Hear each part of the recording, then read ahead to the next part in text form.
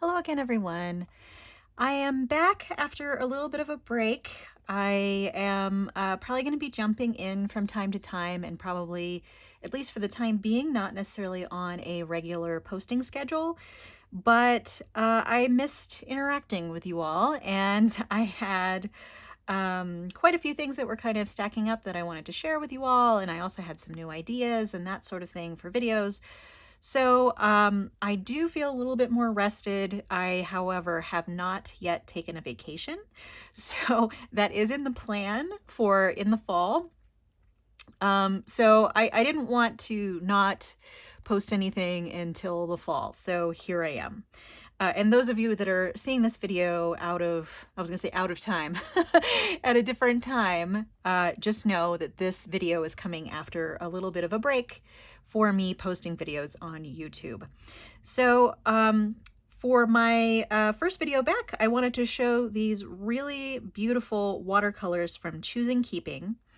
So these are 4 sets that are in the decades set. They added 4 more decades, and I will put a link down below to the prior video where I swatched the I believe it was three decades that I already had, that they had out previously. And I believe that is 80s, 70s, and 60s. And then here we have 50s, 40s, 30s, and 20s, which I thought was really kind of interesting. So today I'm just going to be swatching these on the swatch cards that come with these now. These did not used to come with these sets, but they do now. And I kind of actually wish that I could get these. In fact, I might ask them, but you know, to get that all the way from the UK to the US might be a little hard, because this store, Choosing Keeping, is in the UK, and shipping is a little bit high, but and their prices are a little bit high. But for a special occasion, this was essentially something I bought for myself for my birthday. This set of 4, and the colors are really, really interesting. But oh, it looks like this is 20s, 30s. Okay, so this must be the direction of the decades. I'm going to go from the oldest to the newest, starting with the 1920s. So I'm going to get these out of the way here. I'm going to stack them in the order in which I'm going to do them. And I'll just put those off, and I'm going to zoom in a little bit on the particular one that I'm swatching. I have a cup of water over here to the side. I'm actually going to move that over here so it can be closer to my right hand. And then I have a paper towel off to the side to dab my brush. And the brush that I'm going to be using is this Princeton Velvet Touch Round number 5. And I decided to use this smaller brush just because I would have a little bit more control in the swatch card. And my plan is to do what I do for most swatch cards, which is do pretty much full strength over here and then do sort of a wash to the end of the swatch. So I am going to zoom in so that you can see this, and I will put it up even closer to the camera once I am done with the swatch card. So let's see. So they are named, but the names are Japanese because these are Japanese watercolors. I am probably not going to say the names because I don't want to butcher them, but I will mention what the numbers are. And I don't know what brand these are other than being specifically made for Choosing Keeping. I don't know if they are available elsewhere or if they are branded by the own company. I can't talk today. You can tell it's been a while since I've been away because I'm like totally not with it yet, but I'll get better. I'll get better as I get back into it. Okay, so I'm gonna do the color there, and then I'm dipping into the water a little bit so that I can do a little bit of a wash down here to the end of the swatch. This paper, I have not used this paper yet. This is the first time that I've used this paper. It feels a little absorbent. I'm not sure if it's really a watercolor paper, quite frankly. Okay, I'm actually gonna go down and then up and down again, just because of the color progression here in this palette. And this is the set for the 20s.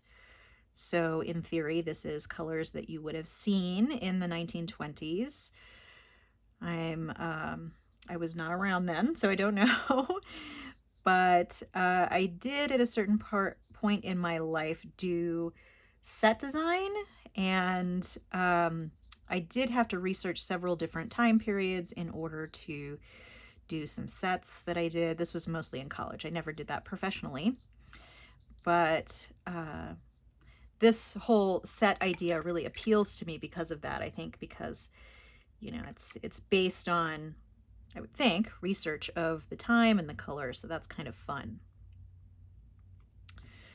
So I'm not going to talk about the colors all as I'm swatching here. I did want to talk about a few things while I'm doing this. So one of the things I noticed when I was taking a break is that I ended up getting quite a few negative comments on older videos in YouTube, and it was kind of a drag, actually. Because, you know, it just seemed like kind of random, coming out of nowhere. I mean, they weren't horrible. It just was occasionally, you know, like, oh, this doesn't represent that color well, or something like that. And I recently saw a video by Pens and Tea, who I follow, and she was talking about, you know, she tries to not take the negative comments to heart, but sometimes it's hard because, you know, we're all people, and there's a real person behind this camera. So, I mean, it's hard to not let it affect you all the time. So, and I kind of agree with that, and I try to filter out the noise, but sometimes it's hard. And this is like, much like Pens and Tea was talking about, I mean, this is not my day job with the YouTube channel. This is something that I just do in my spare time. And I mean, it's not that I put minimal effort into it, but it's not something I do professionally, and it's not something I do for my job. So you're going to get, you know, you're not going to get something that's professionally produced from me. But hopefully you enjoy the content, at least the majority of you, and you are entertained in something. I mean, part of what I like about YouTube is it gives me a chance to kind of share things and get feedback from people, you know, in the art community and the fountain pen community and that sort of thing. Because I do find that the vast majority of people are really, really nice, and that's nice. But one of the reasons why I took a little bit of a break was because I wanted to sort of get away from some of the negativity. I mean, don't get me wrong, it's overwhelmingly positive, the comments that I get, and I appreciate that. Thank you. But I heard once, or I think it's sort of like the fill your bucket theory of you need to hear 7 good things to counteract 1 negative thing that you hear. And I think that's really true. Like, negative things, you really kind of absorb them more, and you don't necessarily take them to heart, but they affect you, you know, whether or not you allow them to, so to speak. But, you know, we're only all human. So, ooh, that's a really beautiful gold.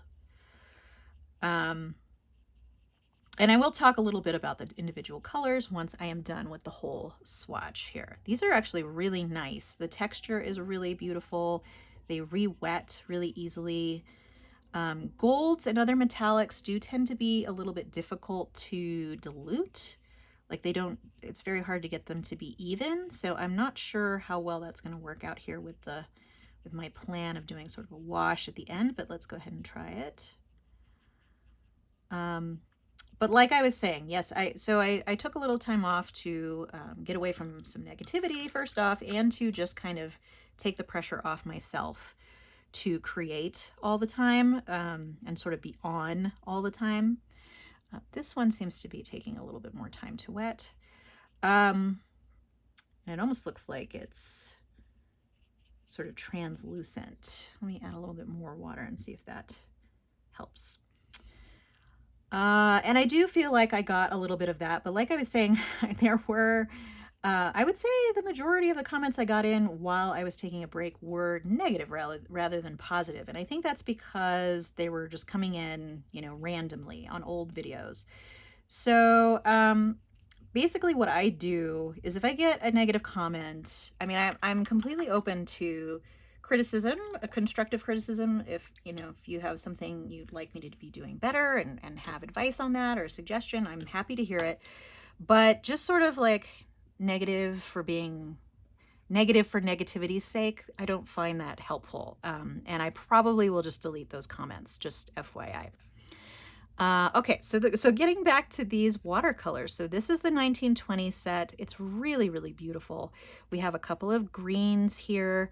We have a deeper red, and then two pinks, a yellow, a gold, a metallic gold, and I think this is more like a pearlescent color, which kind of makes sense. I mean, I kind of associate pearlescent with the 20s. So the numbers we have here are 127, 155, 221, 61, 29, 58, 75, and 63. Now, I don't know if those numbers are going to mean anything to you, but to the extent you can find these colors separately and any of them appeal to you, but you would need to do a little bit of research on which brand this is, because I actually do not know. Okay, so let's go on to the 1930s set. Okay, so these all look pretty dark in the pan, so I really don't know. The last time I looked at what specific colors these are is when I purchased them, and they showed you what the colors look like painted out. Okay, so getting back to negative comments. So yeah, so I probably will just delete negative comments. And sometimes I just wonder, like, what is it that you're trying to accomplish by just coming on and just saying negative things? I mean, I feel like everybody brings a lot of baggage to everything they do. I mean, that goes for me too. But I'm just at a time in my life where I don't need all that negativity. And so I just thought I'd put that out there. And, you know, like I said, the overwhelming number of comments that I get are positive, and I really appreciate you sharing positive comments and saying nice things. I really, really do appreciate that. And they add to that, you know, 7 positive things to counter that one random negative comment that ends up out there. So that's all I'll say about that. But going forward, I'm trying to find a good balance between doing stuff like this and doing, you know, life stuff, including work, which has just been it has not slowed down. So that's another big reason why I am not able to do as many videos, just because work has been so busy. But like I said, I am going to be taking a vacation, and one of my videos that I have planned for sometime soon is to go over my my traveler's notebook that I plan to take with me traveling. I'll actually keep where I'm traveling a surprise until that video comes around. I'm still hoping that that vacation is possible. We are kind of in the middle of another COVID surge. I am fully vaccinated. My husband is fully vaccinated. All of my immediate family is now vaccinated, and I would encourage everyone watching to get vaccinated if you are not. But, you know, there are a lot of people who are not vaccinated, and that has been kind of slowing our progress against, you know, just completely getting rid of COVID, which would be great. You know, whether it'll completely go away forever, who knows? But I heard that in order to achieve true herd immunity, we really have to have 70+% of the people in the United States vaccinated. And, you know, we're actually pretty lucky to have as many as we do now vaccinated, just because, you know, so many different places in the world are desperate for vaccines. So we're really lucky here to have access to things like that.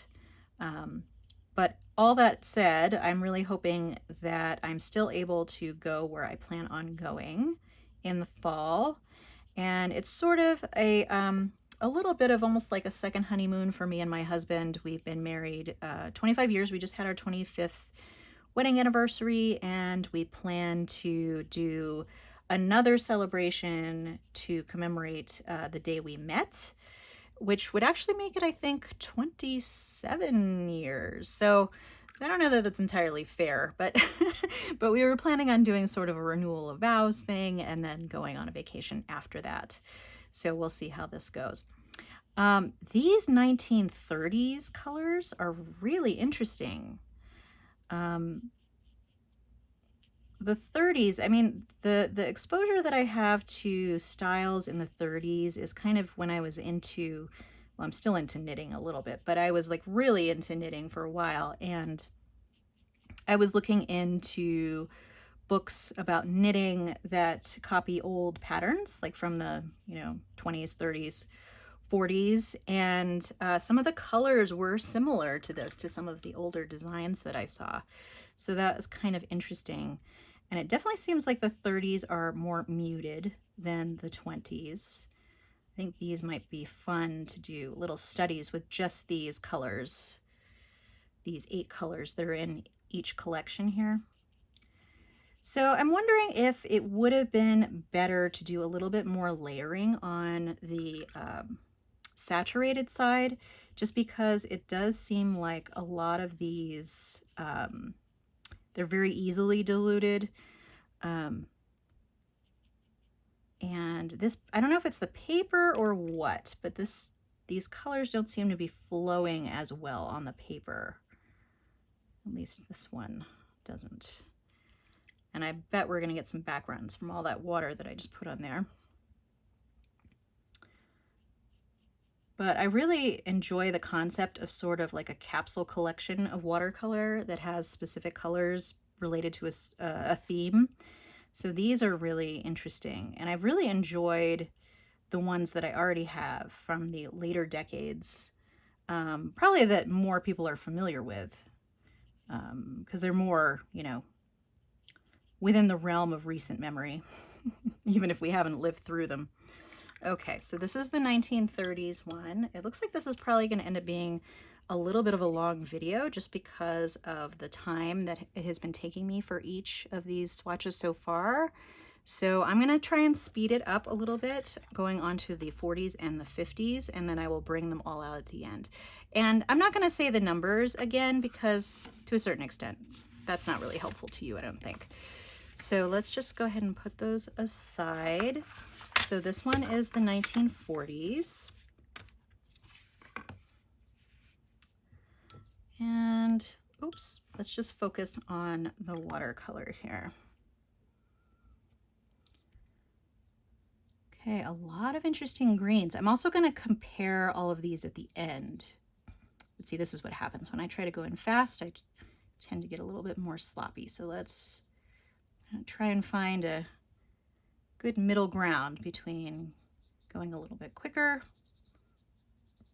and doing a somewhat neat swatch. But yeah, I would guess that this isn't your standard watercolor paper that they're using on these swatch cards. One of the main reasons why I was thinking I should try and get some for my my older sets is because then there could be uniformity between all of the samples that are included with the sets, because I think with the other ones I just ended up doing it on a separate card. I can't remember actually, because I know that I swatched them for the video in a notebook that I had gotten at the same time that wasn't necessarily watercolor friendly either, so it's kind of interesting. But you could definitely tell what the colors were based on that. Interesting, we have really sort of more neutral colors yet again, but they definitely are very different from the 1930s set. Well, and I wonder too if the existent dyes at the time has a lot to do with the colors that were popular at the time, because I don't know like what dyes became available when, because I know a lot of dyes that were super, super bright weren't necessarily available to a certain extent before a certain time, but I don't know when that kind of thing became available. Oh, this is one of my favorite types of colors here. This looks like an indigo type color. It's very beautiful, very dark blue. And I assume that I'll probably keep these in these sets, but but I think you could definitely use them, you know, in color families or whatever. And it seems like you get a pretty generous amount of each color. And this is a gorgeous tealy green here too. And you can get these individually as well. You don't have to buy them in this four set. You can get them just in the individual boxes if there's one that appeals to you more than another. It's interesting. This color in particular seems to have a little bit more of a glossy feel. Usually that's caused by the binder that's used, like gum arabic or something like that. Because if you have too much gum arabic, it's going to end up looking a little glossy. Oh, these are all so pretty. And it doesn't look like you necessarily have all the primary colors in all of these sets. Maybe towards the end I'll see what you could use for a primary in each of these palettes. I mean, it doesn't have to be a true red, a true blue, and a true yellow. For example, you could use something more muted. You could use something more muted. Ooh, and this is a beautiful purple. This 40s set is really pretty. But yeah, I always have the problem of not being able to decide which color combo I like the best, which is why I ended up getting all of them, because they all seemed really, really pretty. And I think on the website, which I'll put a link down below to where this is listed on the Choosing Keeping website, I think they did little flower studies with each of these. Ooh, and this is somewhat bright compared to the others. And then the next one will be 50s, which I think we're probably a little bit more familiar with, or the color combinations that were around in the 50s. I mean, other than sort of like old Hollywood, I feel like we don't really focus too much on before the 50s. Maybe it's just because there's so much of our culture as it is today that kind of started in the 50s, I would say. Okay, so I'm going to move these over, and then we're going to do the last one here. See, now this is definitely a lot brighter and more vibrant than the ones we've had. I would say they probably have a lot more white in them as well, as opposed to just pure pigment.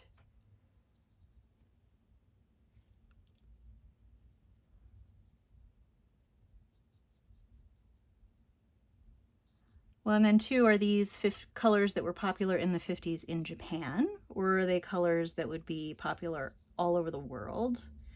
So that would be something interesting to know, because I don't know if those would all be the same. And it definitely seems like, you know, there's a lot more sharing of information now, certainly, than there would have been way back in the day. So I'm not sure if styles would have gone around as fast as they do now across the world. And it definitely seems like colors would affect pretty much all things, like home decorating, clothing that you would wear.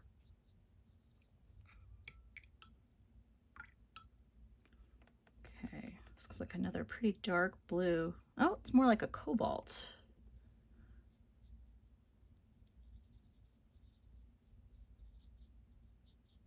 It's pretty. Yeah, and some of these seem to blend a little bit better than others.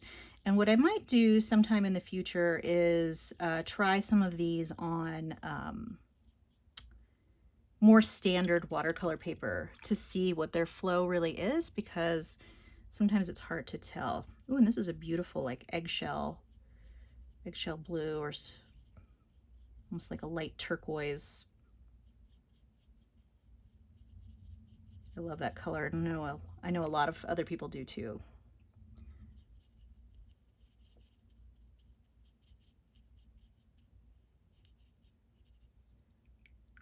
Okay. Ooh, that's pretty too.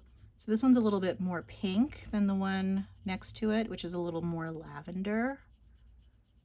Very nice.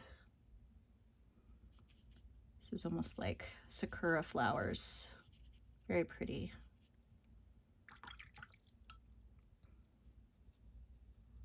Yeah, this is a pretty bright red. It's like Rebel Without a Cause red.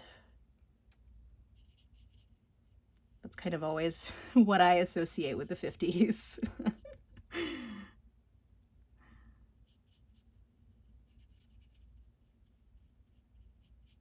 That and poodle skirts.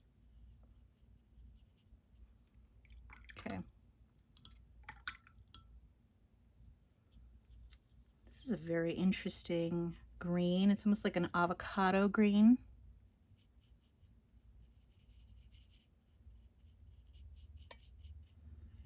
And in retrospect, I wonder if I should have chosen a larger brush, but a larger brush also would have given me less control to stay in this box. So who knows? Might have gone a little faster, but then might have been a little more sloppy too. It's kind of like a dirt color. Let's see.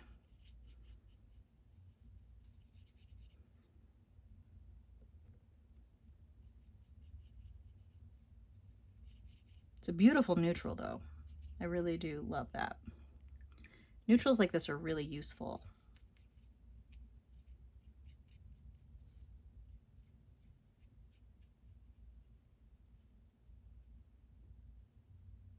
Okay, and that one seems a little bit harder to spread as well. So I'm gonna go ahead and show you this 50s one, and I'm gonna zoom out just a little bit so that you can see those in context. So here, this would probably be your only thing close to yellow. So, you know, this could be your yellow, red, blue on that one. Let's go to the 40s.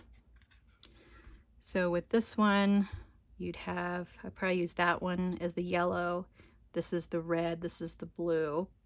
And I think I might end up doing some color charts with these to kind of show what those different triads would do. So here, this one would probably be a little bit tougher. I would probably use this one as the yellow, and this, even though it's not a true red, I would probably use that as a red because it's sort of like, like a Venetian red or something like that. And then for blue, this is almost blue, but so is this, but it's leaning towards green. So I'd have to decide which of these two I'd want to use. But there's some options there for sure.